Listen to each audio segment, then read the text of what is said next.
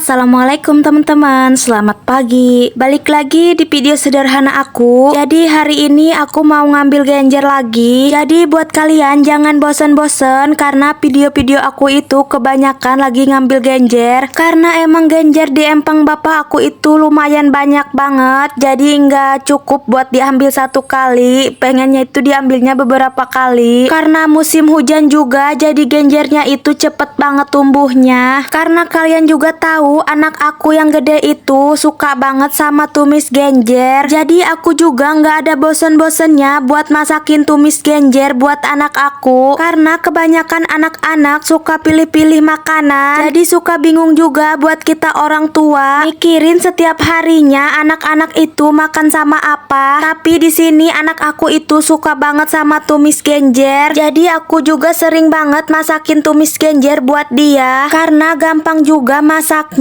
ditambah genjernya juga banyak di empang, tinggal ngambil aja. Beda lagi sama anak aku yang kecil, dia itu rada susah makannya. Jadi kalau makan itu aku harus mikir dia itu pengennya makan sama apa. Kadang aku juga suka pusing mikirin anak aku yang kecil itu karena makannya susah, ditambah pilih-pilih juga. Beda jauh sama AA-nya, dia mah makan sama apa aja juga suka. Gampang juga kalau kita suruh makan langsung aja dimakan, enggak bertanya-tanya harus makan sama apa. Itu yang aku masak, yaitu juga yang dia makan. Beda lagi sama anak aku yang kecil, kalau aku udah masak itu belum tentu dia makan. Paling jalan pintasnya itu mie goreng, tapi enggak setiap waktu aku kasih, paling seminggu 3 kali. Kalau enggak mie, aku juga suka sediain telur di rumah, karena telur itu juga menu wajib di rumah aku, harus ada setiap harinya. Karena ini tadi empangnya juga lumayan dalam, jadi aku hampir aja kepleset. Soalnya tadi aku ini di bawahnya itu pakai bambu biar kaki aku itu ada pijakan. Soalnya bekas empangnya ini masih banyak banget airnya. Jadi empangnya ini masih banyak banget lumpurnya. Biarpun empangnya udah nggak dipakai lagi, tapi airnya itu masih ngamalir ke sini. Karena pembuangan dari kamar mandi Umi aku itu langsung dibuang ke sini ke empang. Tapi yang dibuang ke empang sini itu adalah pembuangan dari bekas kita nyuci piring atau nyuci baju. Kalau untuk pembuangan dari WC kamar mandi Umi itu beda lagi, karena Umi itu udah bikin sepiteng kamar mandinya. Jadi aman banget, biarpun disalurin ke empang juga air dari kamar mandi Umi. Jadi air yang ada di empang ini termasuk air yang bekas sabun aja, bukan bekas kotoran. Jadi itu kenapa Umi aku dulu pernah nyaranin kalau pembuangan dari kamar mandi itu disalurin ke empang, supaya nanti bapak aku nggak capek kalau misalkan air dari saluran susukan itu tiba-tiba kering. Karena kalau misalkan air saluran susukan itu kering, ngebenerinnya jauh banget, bisa berkilo-kilometer. Emang sih nggak cuma bapak aku aja yang ngebenerinnya, banyak lagi orang-orang yang punya sawah. Karena air susukannya itu bebarengan, jadi yang punya sawah sama yang punya empang itu kalau misalkan air susukannya kering harus gotong royong buat benerin susukannya lagi. Tapi kalau empang bapak aku ini kalau misalkan susukannya kering nggak langsung panik, takut ikan-ikannya pada mati, karena udah ada saluran dari pembuangan kamar mandi Umi aku yang disalurin ke empang ini. Tapi untuk saat ini empang bapak aku itu udah nggak digunain lagi, karena semenjak pas waktu itu hujan gede, jadi empangnya itu bungkar, ikannya pada kabur kemana-mana. Jadi sekarang empangnya itu ditumbuhi sayuran genjer. Jadi kenapa genjer di empang bapak aku itu banyak banget, tadinya cuma 1-2, nggak tahu kenapa ini jadi banyak. Makin sering diambil makin subur juga tumbuhan genjernya. Setiap kali aku mau masak pasti selalu aku ngambil dulu dari sini, karena emang lumayan deket juga dari rumah Umi. Jadi ini genjer yang tadi aku petik lumayan dapat banyak banget, dan tadi juga aku pilihnya itu yang masih muda-muda.